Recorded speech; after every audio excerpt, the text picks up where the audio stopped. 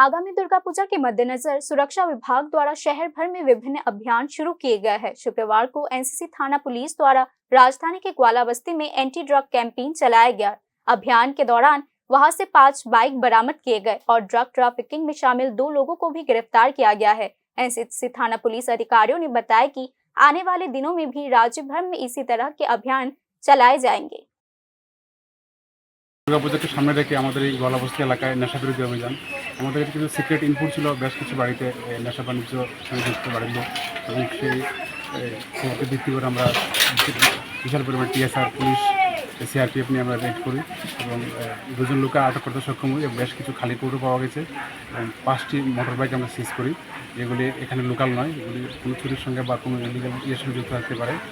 এবং মেনলি এই দুর্গা পুজোর সামনে থেকে আমাদের এই নেশা বিরোধী অভিযান এবং এতে আমাদের লোকাল অনেক লোক খুব সাহায্য করছে, আমাদের অভিযান জারি থাকবে।